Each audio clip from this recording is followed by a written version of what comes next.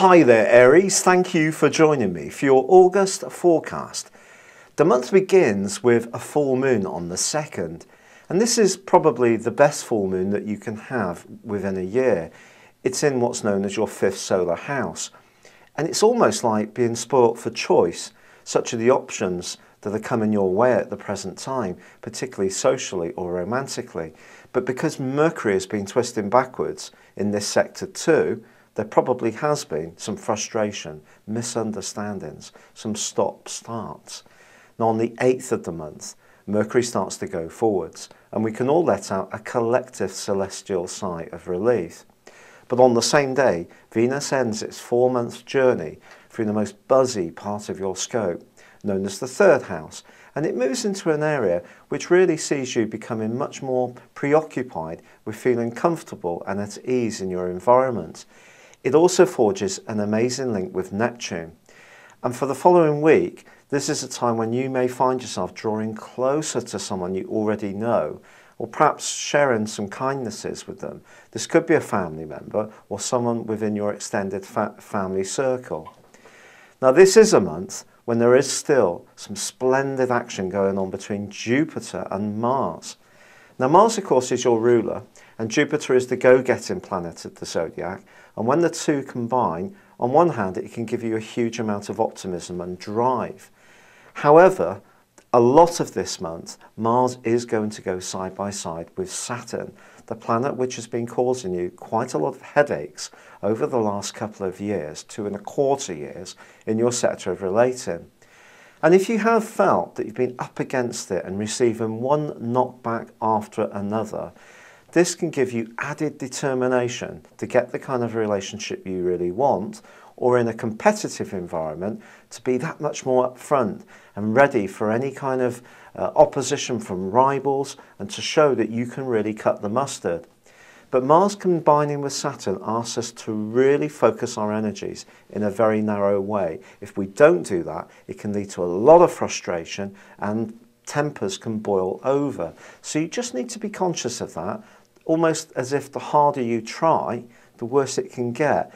So it's about appropriating the right level of application, but don't stress yourself out too much. But I do feel that there can be a turning point for relationships.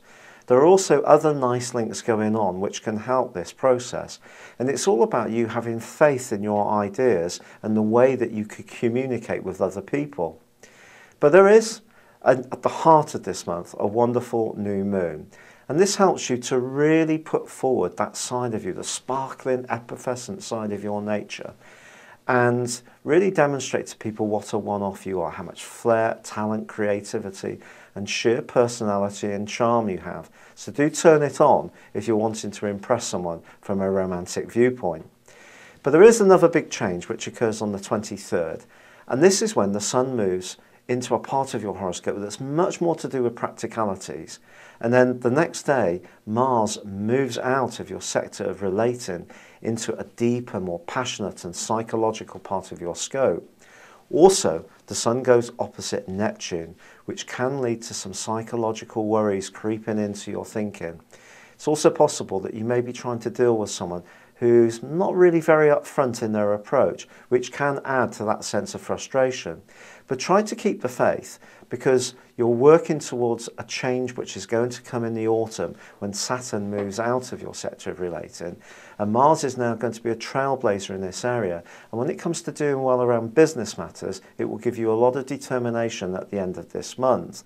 But it's determination that can be tempered with compassion as it forges a great link with Neptune.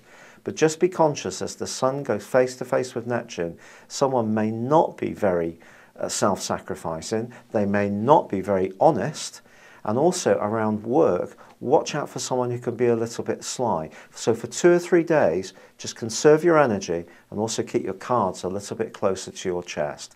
Thank you for joining me, good luck, and goodbye for now. Hello, if you'd like a live astrology, psychic or tarot reading on a one-to-one basis, why not link with the people beneath this video, put this link in your browser, and this is my team of psychics. Your live reading starts at a very competitive rate, And also, if you do have a reading and you're just not totally happy with it, we'll give you your money back. You can't really say fairer than that.